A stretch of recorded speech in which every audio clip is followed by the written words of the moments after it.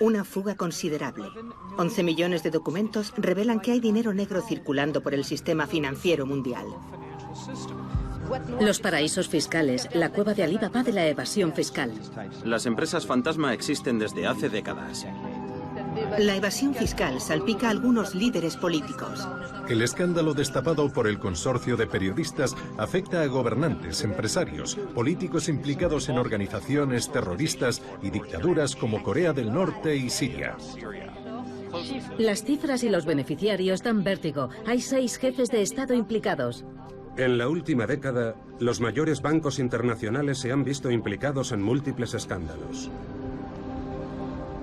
Si hay un nombre que representa los excesos de esta financiación, es HSBC. Da igual dónde viva, da igual el tipo de negocio al que se dedique. Si usted quiere abrir cuentas secretas en el extranjero, HSBC es su banco. Hay dinero procedente de la droga, del terrorismo, pero también dinero de diamantistas belgas, de la aristocracia, del mundo del espectáculo.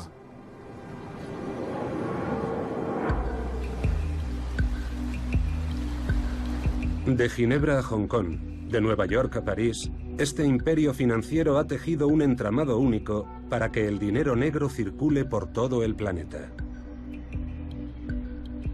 HSBC está considerado como una de las mejores instituciones de blanqueo de dinero del mundo.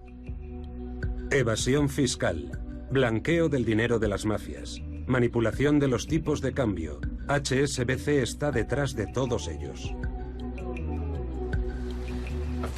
Miembros de los cárteles de la droga ingresaban personalmente en las oficinas cientos de miles de dólares, a veces millones de dólares, en efectivo. Acusado en muchas ocasiones, nunca ha sido condenado. ¿Cuántos miles de millones de dólares habrá que blanquear a los capos de la droga hasta que alguien diga, cerramos el banco? HSBC goza de una impunidad increíble y sus beneficios no paran de aumentar. Este banco debería haber cerrado, debería haber perdido la licencia para ejercer. HSBC está en el centro de todos los escándalos. ¿Cuál será su próximo golpe ahora que el centro de las finanzas internacionales se desplaza a Asia?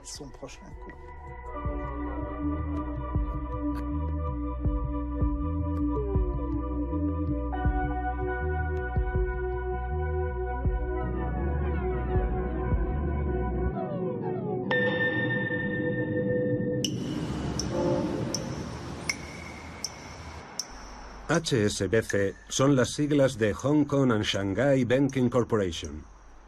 En Hong Kong lo llaman simplemente el banco.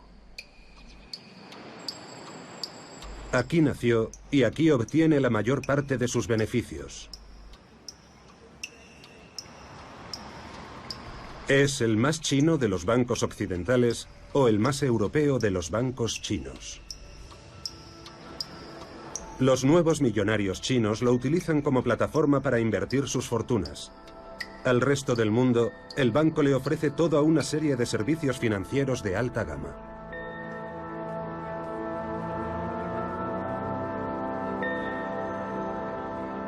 Esta ciudad está hecha para atraer el dinero sucio. Se trata de una jurisdicción muy secreta y de un tiburón empresarial. Es también uno de los principales centros de la industria evasora de impuestos. La combinación entre el volumen de las operaciones y la magnitud del secretismo constituye una de las mayores amenazas para la estabilidad financiera internacional.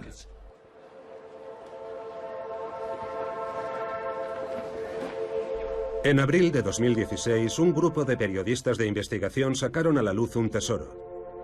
11 millones de documentos confidenciales en los que se hablaba del funcionamiento de un despacho de abogados especializado en la evasión fiscal. Era el escándalo de los papeles de Panamá. En esta caja negra de blanqueo de dinero emergían dos actores clave, Hong Kong y el banco HSBC. Sabíamos que era uno de los bancos favoritos de quienes querían poseer cuentas secretas en el extranjero. Así que introdujimos el nombre de HSBC en nuestra base de datos y obtuvimos miles de resultados, miles de correos electrónicos, cuadros, documentos que detallaban el papel de HSBC en la industria de las cuentas secretas.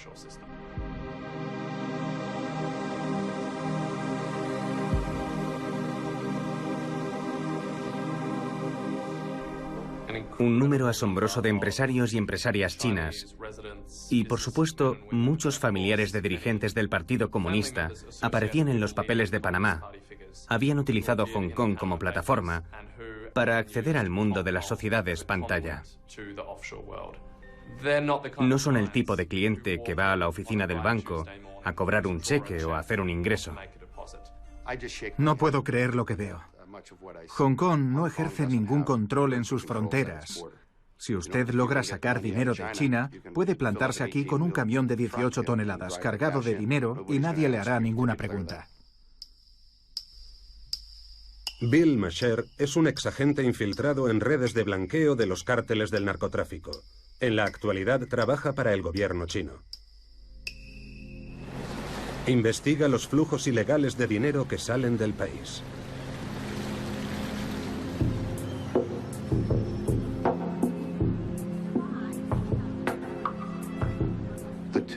Los dos casos más grandes de blanqueo de dinero en Hong Kong estos últimos años se han saldado con la condena de una campesina analfabeta de 65 años. Había blanqueado cerca de 1.000 millones de euros.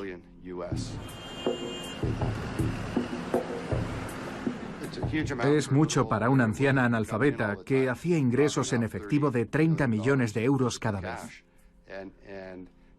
Poco después, hubo otra persona que blanqueó 13.000 millones en efectivo. Se trataba de una joven a la que habían expulsado del instituto, que cruzaba a diario la frontera en un camión en el que transportaba 50 millones de euros. ¿Cómo es posible inyectar en el sistema semejantes cantidades de dinero sin que nadie, salvo dos ignorantes, vayan a la cárcel?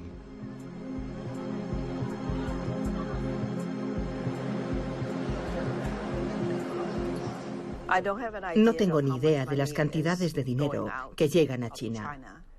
No conservamos ningún rastro del origen de los fondos invertidos en Hong Kong. Pueden venir de China, India o Japón. Siempre ha sido así y así seguirá siendo.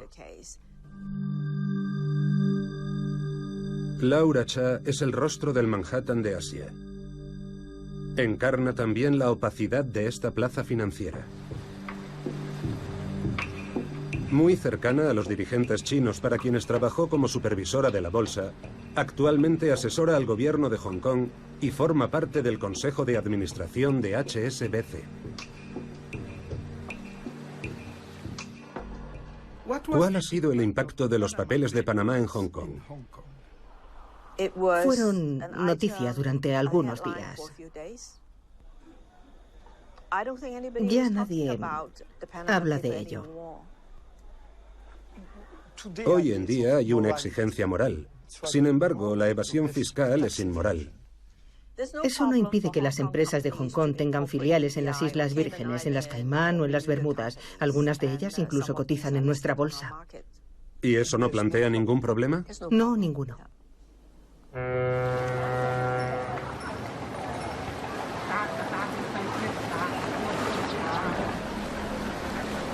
HSBC parece ser intocable en Hong Kong.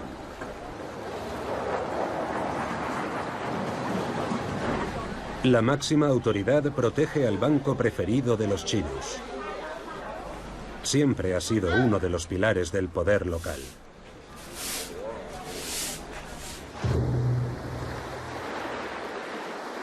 El banco y la antigua colonia nacieron a la vez hace más de 150 años.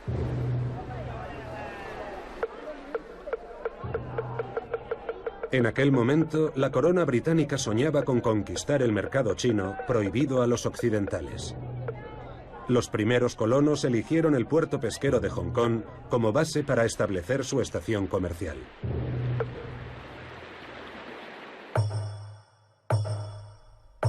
Los británicos se lanzaron al comercio del opio para consumo de la población china.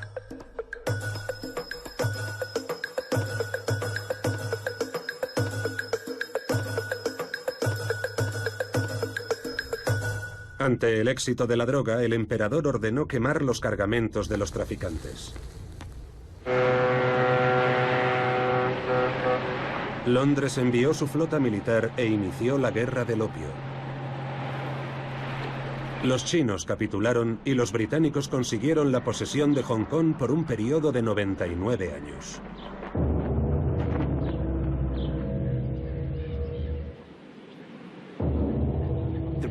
Los británicos controlaban gran parte de India, en donde crecía el opio. Se dieron cuenta de que era lo que los chinos querían y ellos podían suministrárselo en grandes cantidades. Antes de que el opio se hiciera popular entre los chinos, la balanza comercial se inclinaba a su favor. Después, pasó a ser favorable para los británicos.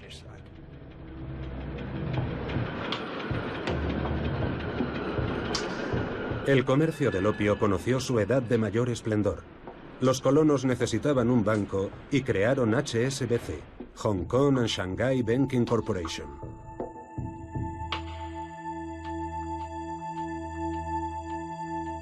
El primer consejo de administración reunió a los mayores traficantes de la ciudad, en su mayoría escoceses. HSBC no fue creado por traficantes de opio, sino por comerciantes implicados en dicho tráfico.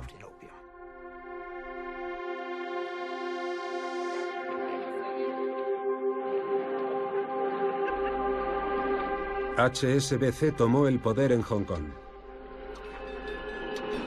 Imprimía moneda local, financiaba la construcción de la ciudad y servía a los intereses de Su Majestad en Extremo Oriente.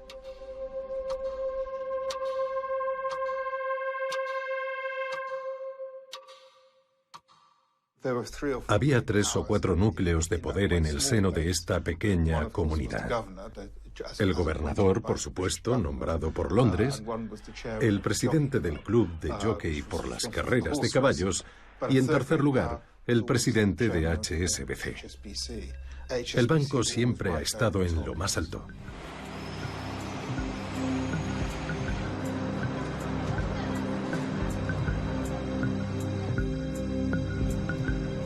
HSBC no ha cambiado su esencia. En el pasado fue un banco de piratas, hoy sigue actuando en el lado oscuro de las finanzas. La única diferencia es que ahora no solo opera en Hong Kong. El banco se ha convertido en un imperio mundial.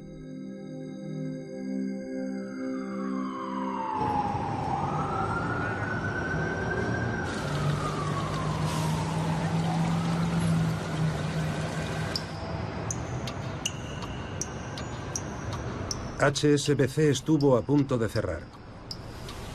El destino del banco se jugó en Estados Unidos en 2012, 4 años después del inicio de la crisis. Nos hemos reunido hoy para anunciar la presentación de cargos criminales contra el banco HSBC, que ha fracasado de forma sistemática y constante en la protección contra la corrupción del sistema financiero por narcotraficantes y otros criminales, violando las sanciones estadounidenses. El Ministerio de Justicia acusó a HSBC de blanquear el dinero de los cárteles mexicanos y colombianos que controlan el tráfico de cocaína. Cerca de 1.000 millones de euros habrían pasado por su filial mexicana antes de ser reciclados en la economía estadounidense. Miembros de los cárteles de la droga ingresaban personalmente en las oficinas cientos de miles de dólares, a veces millones de dólares en efectivo. Los ingresaban directamente en unas cajas especialmente diseñadas para pasar por el cristal protector. Los empleados de HSBC aceptaban los depósitos, los integraban en las cuentas y extendían un recibo sin denunciar las transacciones. No se trataba de acciones puntuales, sino de una práctica sistemática que se llevó a cabo durante una década.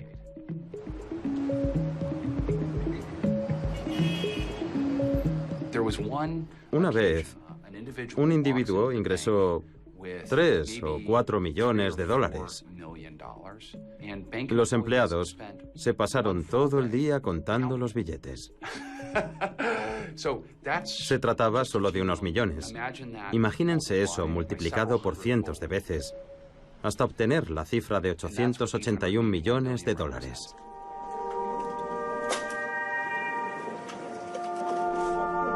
La investigación fue contundente.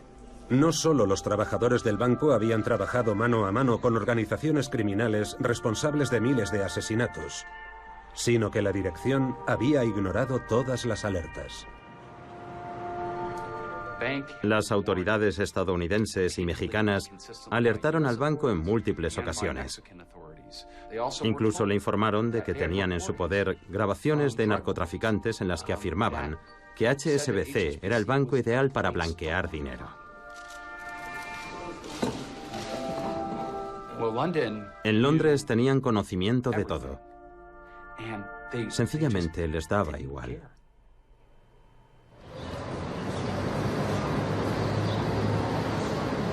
El problema era grave.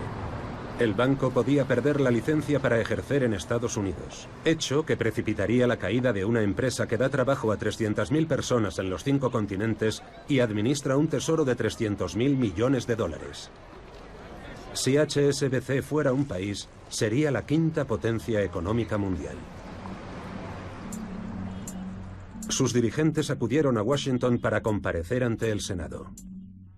Por favor, en pie y levanten la mano derecha. Había que salvar al soldado HSBC. ¿Juran decir la verdad, toda la verdad y nada más que la verdad con la ayuda de Dios? Lo juro. Reconozco que ha habido una serie significativa de faltas. Ya lo he dicho antes y lo repito ahora. Pese a los esfuerzos y a las mejores intenciones de sus directivos, HSBC no ha estado a la altura de nuestras expectativas ni de las de nuestros reguladores. Comparecieron ante el Senado. Hicieron acto de contrición. Eludieron responsabilidades. El Senado les hizo unas cuantas preguntas más, se volvieron a excusar y ya está, una declaración ante los medios de comunicación y el caso se olvidaría rápidamente. Después se podía llegar a un acuerdo o no.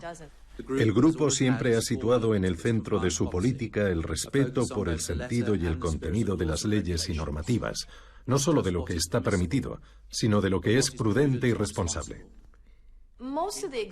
La mayoría de los dirigentes de HSBC que comparecieron esquivaron todas las preguntas.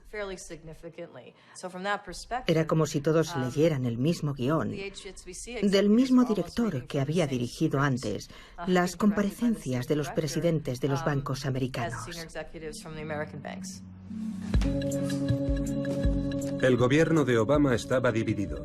El Ministerio de Justicia quería que fuera ejemplar, mientras que el Departamento del Tesoro proponía un acuerdo extrajudicial. HSBC hizo intervenir a la joven promesa de la política británica, el ministro de Economía, George Osborne.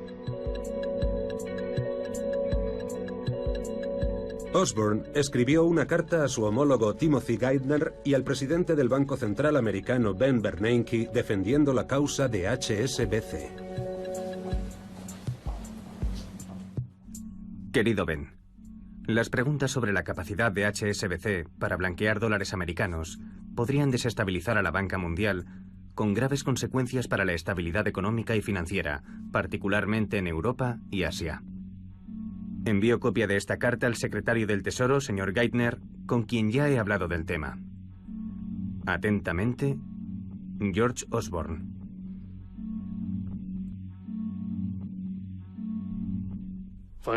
El ministro de Economía, George Osborne, ejerció una gran presión política sobre las autoridades estadounidenses. Quería proteger a toda costa la City de Londres. El banco debería haber cerrado. Debería haber perdido la licencia para ejercer en Estados Unidos. Al cabo de 2 meses, el gobierno estadounidense cedió a la presión de George Osborne y de la comunidad empresarial. HSBC se libró del juicio, sus dirigentes se salvaron y los altos funcionarios del Ministerio de Justicia agacharon la cabeza.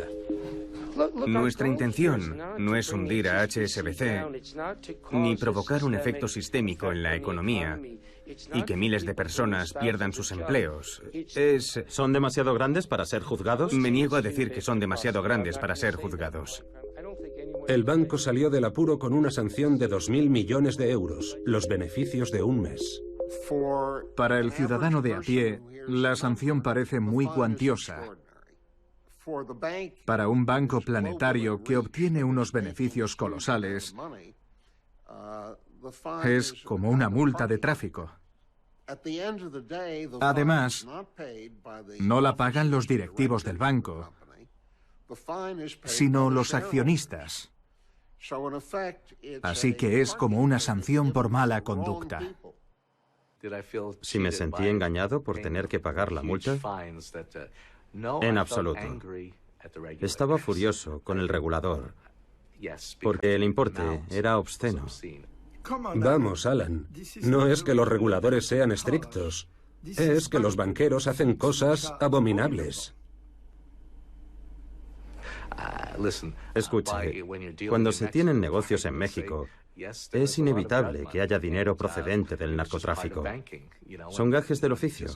Lo único que hizo fue transferir el dinero por todo el mundo. HSBC fue muy ingenuo.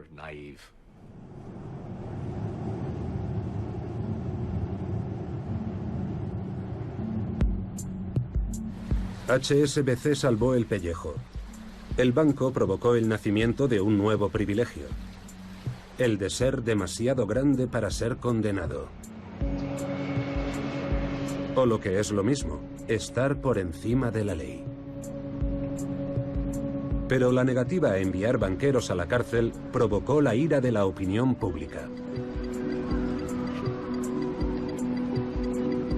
Los responsables del Departamento del Tesoro tuvieron que responder a algunas preguntas.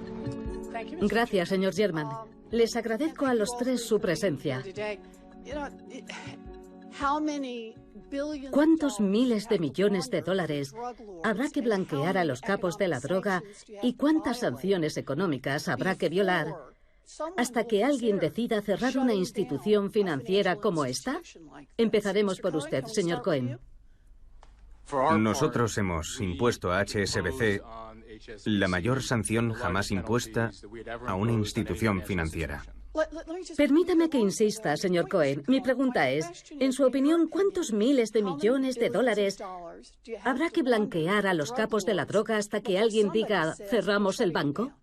Senadora, el regulador podrá confirmárselo. Las acciones emprendidas en el caso de HSBC fueron, en nuestra opinión, las apropiadas.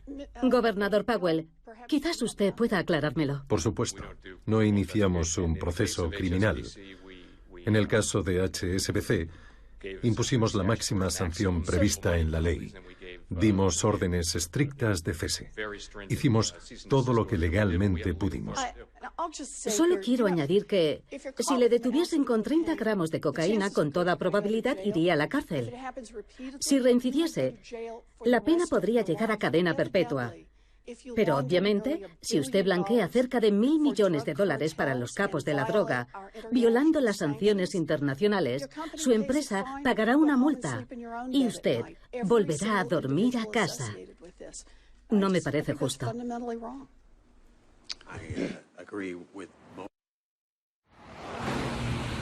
Los gánsteres de las finanzas han doblegado a la primera potencia económica del mundo en nombre de la supuesta estabilidad financiera internacional. La pregunta es, si no juzgamos a estas personas, ¿a quién diablos vamos a juzgar? ¿Quién tiene autoridad sobre una institución que opera en unos 100 países? ¿Quién tiene la responsabilidad de asumir este tipo de empresa criminal?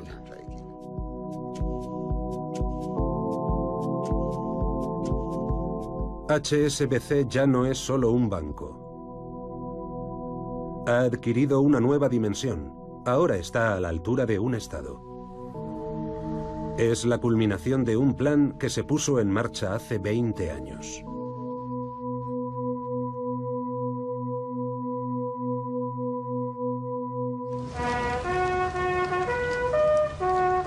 Todo comenzó en 1997. Gran Bretaña transfirió oficialmente la soberanía de Hong Kong a la República Popular China. Era el fin del Imperio Británico en Extremo Oriente después de un siglo y medio de dominación. La historia de esta gran ciudad se ha escrito durante los años que han precedido a esta noche. Y continuará en los años de éxito que se avecinan.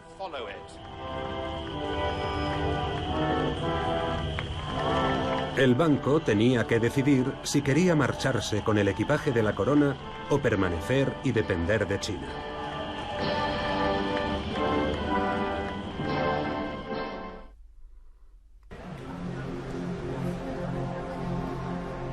HSBC decidió estar en los dos bandos.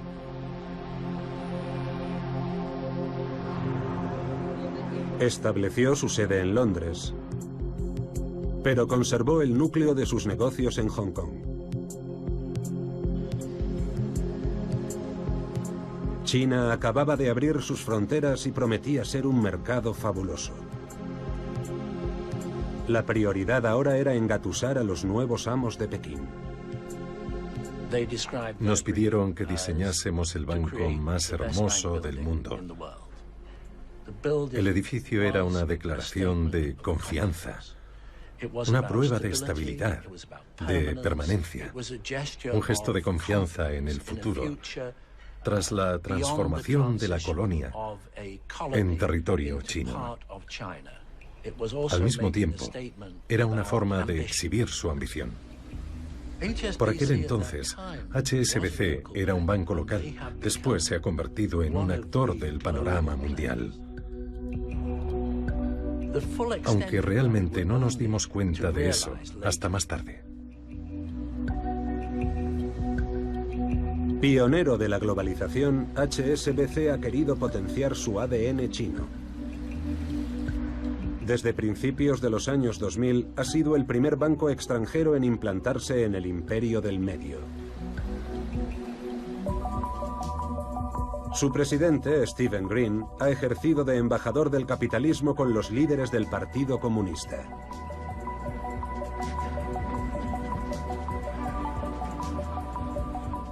Al principio, éramos asesores del Bank of Shanghai, que estaba buscando capital. Su presidente me dijo un día, ¿por qué su banco no se hace accionista? Nos encantaría que HSBC fuese uno de nuestros inversores. Se lo dije a Stephen Green, que tomó un vuelo y se reunió conmigo en Shanghái. Después de cenar con el presidente del Bank of Shanghai, Stephen me dijo, me gusta el banco y confío plenamente en su jefe. Invirtamos. Y por supuesto, obtuvimos un beneficio bastante interesante.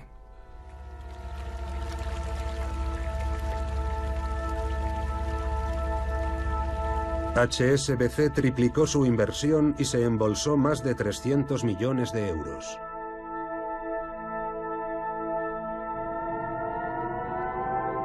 El banco prolongó su luna de miel con Pekín. Supo sacar partido de la historia. Había sido el único banco presente durante la dictadura de Mao. Así que cuando el gigante se despertó, HSBC ya se había hecho un sitio.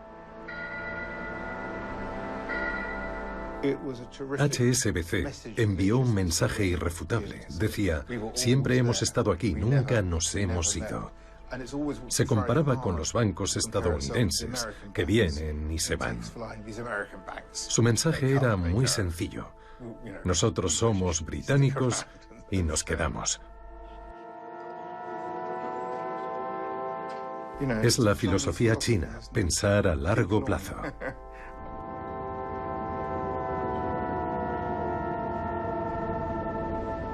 Una vez más, la historia iba a acelerar el destino de HSBC. En septiembre de 2007, la crisis financiera golpeaba las calles de Londres.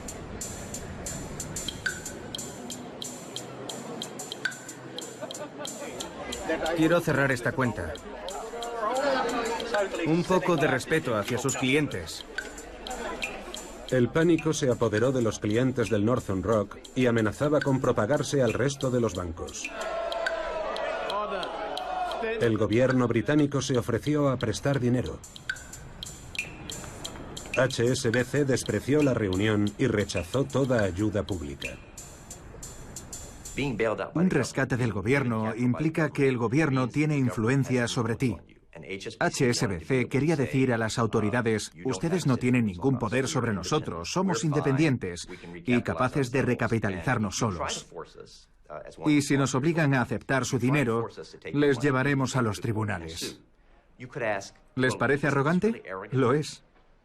Pero también es una forma de decirle al Estado, nosotros somos un banco mundial. Ustedes no son más que un gobierno. Reflexionen sobre la diferencia de poder entre nosotros.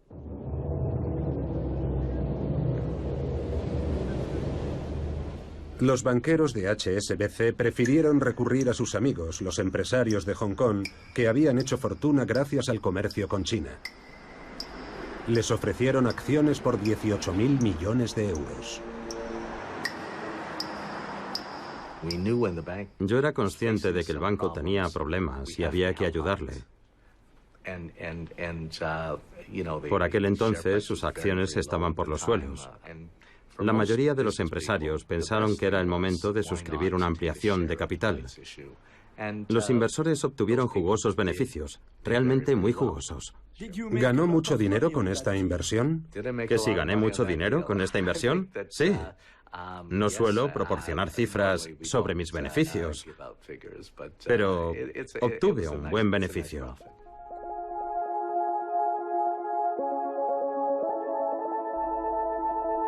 Tras la operación, las acciones triplicaron su valor. HSBC enriqueció a sus accionistas, como siempre. Pero la historia se ha quedado con que era la primera vez que el capital chino salvaba a un banco británico. HSBC se benefició de la crisis impulsado por sus negocios chinos. Mientras que sus competidores acumulaban pérdidas, él se coronaba en Westminster. El presidente Stephen Green hacía su entrada en la Cámara de los Lores. Yo, Stephen, Lord Green de Hurstpierpoint Point, juro por Dios Todopoderoso lealtad y fidelidad a Su Majestad la Reina Isabel, a sus herederos y sucesores, conforme a la ley y con la ayuda de Dios. El banquero, que también es diácono, predica la palabra de Dios los domingos en la iglesia, donde critica el imperio del dinero. Lord Green era un miembro respetable de la sociedad, además de ser considerado un banquero ético. Representaba la cara aceptable de la banca en un momento en el que la mayoría de los banqueros eran odiados. Inmediatamente después, Stephen Green entró a formar parte del gobierno como secretario de Estado de Comercio e Inversión. Probablemente para Green era un sueño hecho realidad. En ese momento, el gobierno de Cameron, con su ministro George Osborne, estaba muy interesado en estrechar lazos entre Reino Unido y Asia, concretamente con China.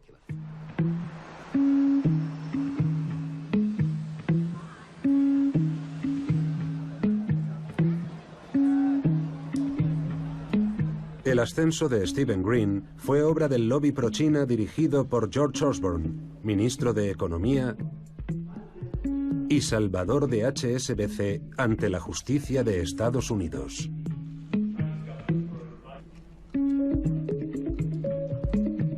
Ambos establecieron un acuerdo informal. Stephen Green abría las puertas del mercado chino a las empresas británicas. A cambio, George Osborne se comprometía a defender los intereses del banco y de su expresidente en todo el mundo. Con la protección de Londres y la bendición de Pekín, HSBC haría de puente entre ambas capitales. ¿Quién se iba a atrever a atacarlo?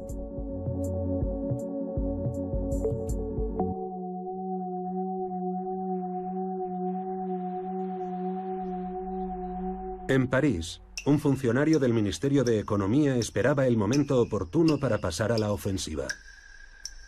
Se había hecho con el secreto mejor guardado de HSBC, la lista de los 100.000 clientes que tenían cuentas en Suiza.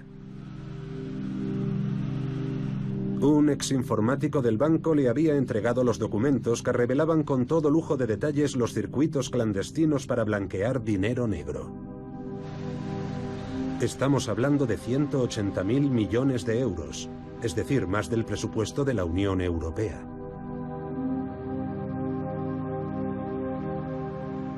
Para los agentes del fisco, para los especialistas en finanzas, no era nada nuevo.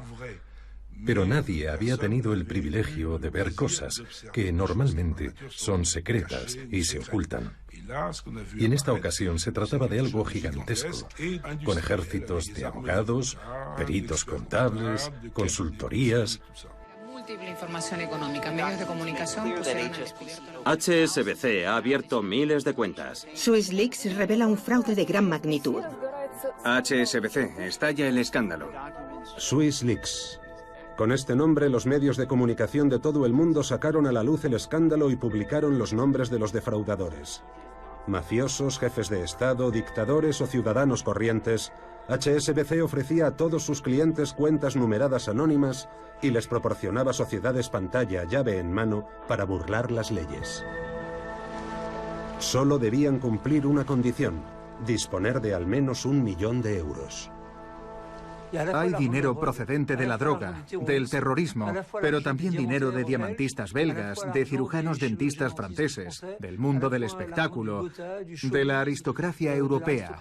Hay dinero procedente de todas partes, de todas las áreas posibles. Allí donde había dinero, surgía la necesidad de esconderlo en Suiza a través de HSBC. Era el deporte nacional.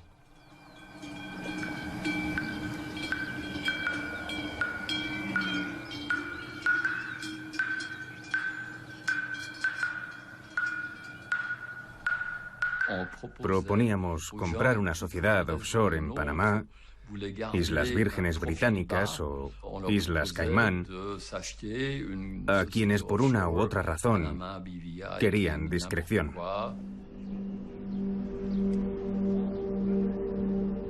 Todos los bancos del lugar competían, es normal. Solo se puede crecer si se inyecta dinero fresco.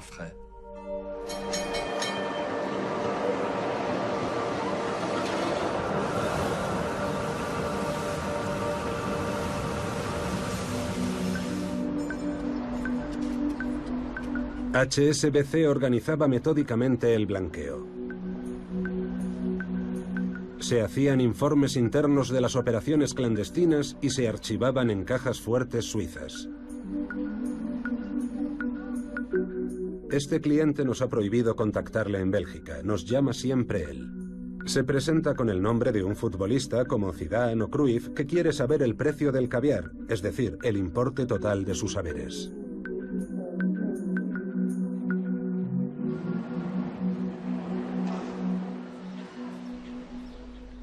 Ginebra no era independiente de Londres.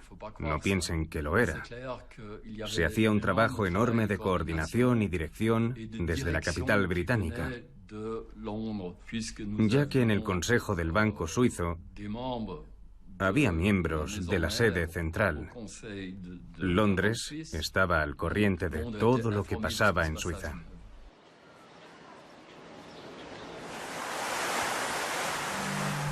Después del caso de blanqueo de dinero procedente del narcotráfico en Estados Unidos, las revelaciones sobre la evasión fiscal de los VIPs fueron la gota que colmó el vaso. HSBC se convirtió en el enemigo público número 1. Hasta los suizos se sintieron obligados a intervenir.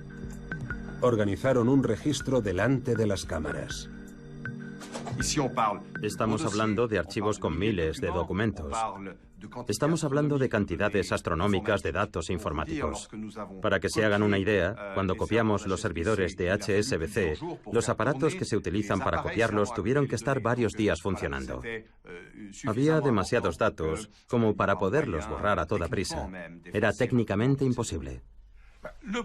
El gobierno y las autoridades suizas estaban contra la pared. Se dieron cuenta inmediatamente de la magnitud de las repercusiones. Era un cataclismo. Llevaban más de un siglo ofreciéndolo todo para que la banca internacional se instalase en Suiza. Allí encontraba un nido mullido desde donde hacer sus negocios tranquilamente. La justicia suiza cerró la investigación a los 3 meses. HSBC pagó una multa de 40 millones de euros. A cambio se comprometía a deshacerse de los clientes indeseables. Después de la sanción por mala conducta de los estadounidenses, los suizos se conformaban con una propina. La sanción máxima que contempla la ley suiza por blanqueo de dinero es de 5 millones de francos suizos. Cuando haces una negociación, no basta con tener cartas. También cuenta el colt que llevas a la cintura. Como fiscal en Suiza, con respecto a los establecimientos financieros, llevo un colt de calibre pequeño. Consiguieron negociar 40 millones. Está muy bien. Demuestra que tienen buenos compromisarios. Sueño con el día en el que los jueces de instrucción franceses emitan órdenes internacionales de detención contra los presidentes de los bancos suizos y les obliguen a venir esposados a París. Siempre me dicen que digo tonterías, pero esto no lo es. Necesitamos honestidad y ética. Los presidentes de los grandes bancos que cometen actos de este tipo tendrían que dar explicaciones al pueblo desde el estrado de un tribunal. No hubo juicios contra HSBC. No hubo banqueros en el estrado de ningún tribunal. La justicia de Francia y Bélgica prefirió negociar. En cuanto al funcionario parisino que se acercó demasiado al sol, fue apartado de la investigación. Golan Beilepo estaba de vacaciones en China y recibió una llamada del director de Recursos Humanos del Ministerio de Economía, diciéndole que pasara a verle a su regreso. Le dijo: ya no estás a cargo de la investigación, vas a ir a Melá para ser registrador de la propiedad. Solo llevaba 2 años en su puesto. Normalmente se suele estar unos 5 en un puesto como ese. Sabía perfectamente cuál era la razón. Le habían pedido que abandonase la operación Chocolate porque había demasiados intereses en juego. Podían enemistarse con Suiza y con Nicolás Sarkozy. Había que pasar a otra cosa.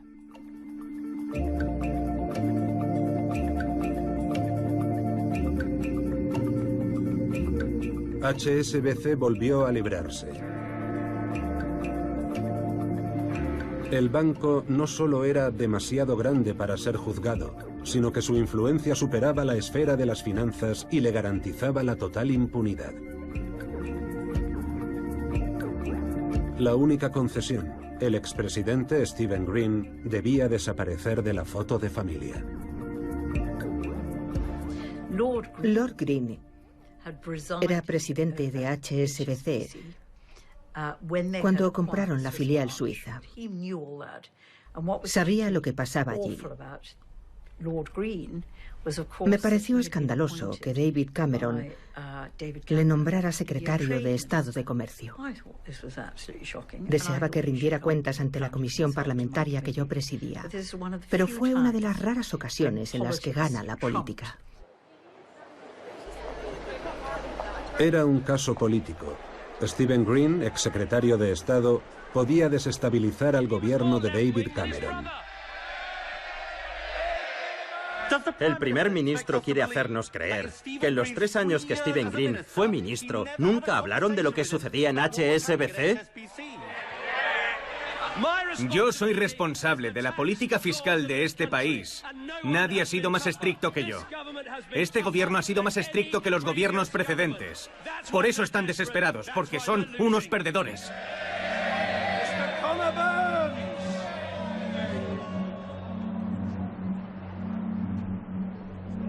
Algunos parlamentarios se negaron a enterrar el caso y reclamaron acciones judiciales contra el banco.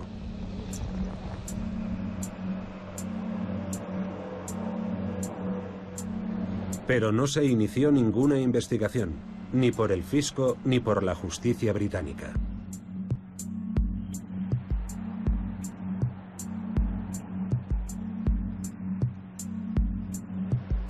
Los parlamentarios tuvieron que conformarse con escuchar a los dirigentes de HSBC.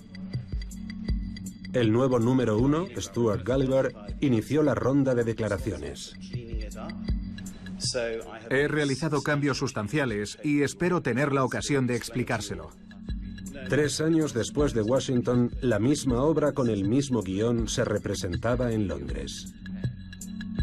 Quiero expresar oficialmente mis disculpas y las de Douglas por los acontecimientos inaceptables que se desarrollaron en nuestro banco suizo a mediados de los años 2000. Nos gustaría disculparnos con todos ustedes, con nuestros clientes, nuestros accionistas y el gran público. El ejemplo venía desde arriba. El director ingresaba sus primas en una cuenta en Suiza, dirigida por una sociedad fantasma asentada en Panamá. Tenía familia aquí. Había nacido aquí. Sus hijos iban al colegio aquí, trabajaba y votaba aquí. Pero como se declaraba residente en Hong Kong, estaba exento de pagar impuestos en Gran Bretaña. Y cuando le preguntamos el motivo, respondió que no quería que los otros directivos del banco se enterasen de lo que ganaba. Esa cuenta se creó por razones privadas sin ningún motivo ilícito. ¿Cuánto dinero tenía en esa cuenta de Panamá? $7,5 millones. Stuart Gulliver era uno de los banqueros mejor pagados del mundo. Eso demuestra hasta qué punto le gustaba el dinero. Señor Gulliver, ganaríamos tiempo si respondiese a una pregunta directa. ¿Está de acuerdo conmigo en que ha dañado la reputación del banco? Sí. En estas circunstancias, ¿es usted la persona adecuada para seguir ocupando el cargo de director ejecutivo de HSBC? Creo que lo soy porque estoy en regla fiscalmente. Declaró no entender por qué las preguntas habían sido tan agresivas. Sí, eso demuestra que los banqueros de su generación, que se formaron en el mundo de antes de la crisis, vivían en una burbuja. Cuando estuvieron delante de los parlamentarios, su vida dentro de la burbuja salió a la luz. ¿Ha cambiado? No creo que Stuart Gulliver pueda cambiar. En las comparecencias, una vez que se suspendió una sesión, un miembro del gobierno se me acercó y me dijo: ¿es consciente de que está empujándole a marcharse de Reino Unido? Pensé que estaba bromeando, pero me di cuenta de que lo decía en serio. El escándalo de SwissLeaks representaba la última oportunidad de sancionar las prácticas de HSBC. Las autoridades prefirieron delegar al banco el poder de controlarse él mismo.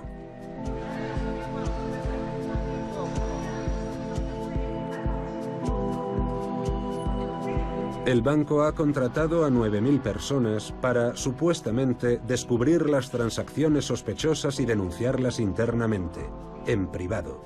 Los gángsteres de las finanzas afirman haber cambiado.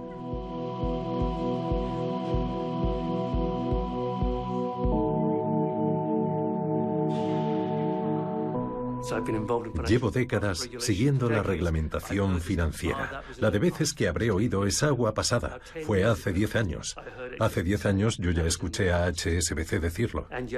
Los últimos escándalos prueban que no eran más que promesas en el aire. A estas alturas ya no me lo creo, ya no creo en ellos, porque no han hecho limpieza. Se compara a HSBC con un transatlántico incapaz de cambiar de dirección. ¿Somos capaces de regular la banca? Por supuesto. ¿Queremos hacerlo realmente? Ahí está la clave. El gobierno británico ha pasado página. Tiene otras prioridades y HSBC tiene otras ambiciones. China necesita sus servicios. Pekín quiere conquistar el mundo.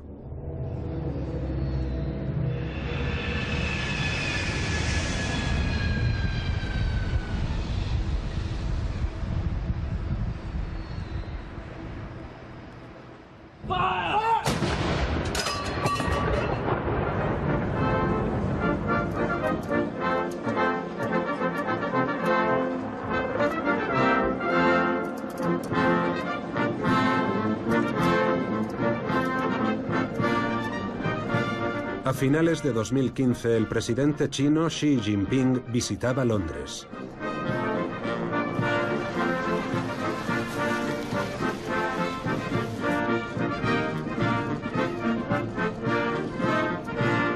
Reino Unido extendió la alfombra roja y festejó con gran pompa la amistad chino-británica. Your visit to the United Kingdom marks a milestone in this unprecedented year of cooperation and friendship between the United Kingdom and China, as we celebrate the ties between our two countries and prepare to take them to ambitious new heights.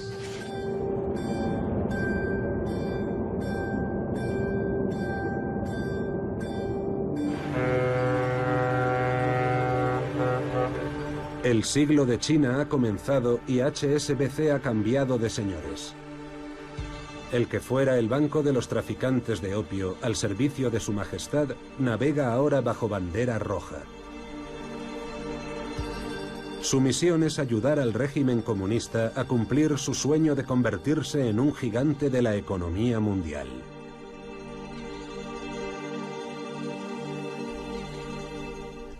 China tiene los medios para llevar a cabo sus ambiciones. Es el banquero del mundo. Dispone de las mayores reservas de divisas, ya sean dólares, euros, yenes o francos suizos. Pero son la moneda de otros, no tiene control sobre ellas. Por eso quiere convertir el yuan en moneda de referencia. Y tiene 20 años por delante para cumplir este objetivo.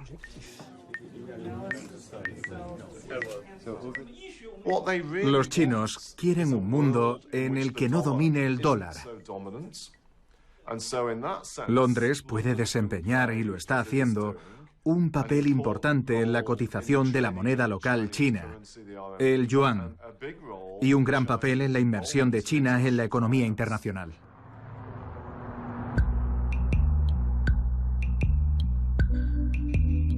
Si quiere plantar cara al dólar, China debe conseguir que acepten el yuan como divisa de referencia en los intercambios internacionales.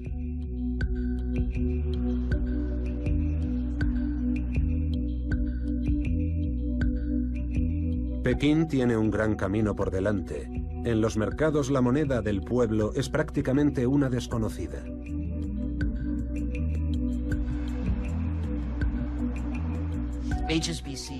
HSBC es uno de los principales actores del mercado de divisas de Hong Kong y de Londres.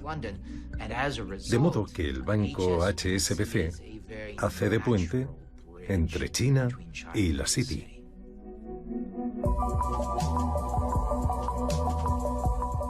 HSBC es el primer banco extranjero que cambia moneda china. La nueva jugada de HSBC es convertirse en la vía de entrada de las inversiones chinas a Londres.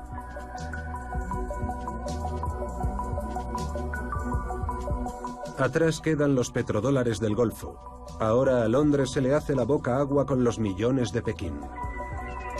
George Osborne, ministro de Economía y mejor amigo de HSBC, sigue manos a la obra. Más intercambios y más inversiones con China suponen más negocios y puestos de trabajo para Gran Bretaña. El ministro ha suavizado en especial la reglamentación para la entrada de capital chino.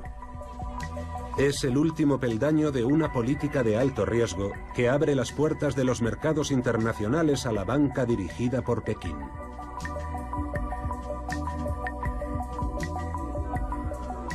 La banca china es totalmente diferente a la banca occidental que conocemos.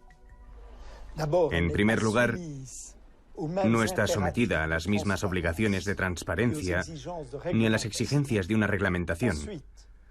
Además, está a sueldo del Partido Comunista Chino y sirve a sus intereses políticos. Y por último, simultáneamente a esta banca oficial de la que no sabemos nada, existe otra banca en paralelo totalmente opaca, totalmente informal, que no deja huella, compuesta por una nebulosa de deudas y préstamos.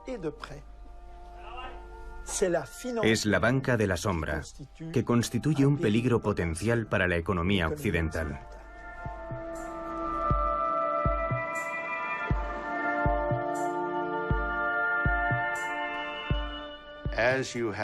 Cuando un banco de la talla de HSBC se alía con los grandes bancos chinos, se reúnen todos los ingredientes para que se produzca un desastre.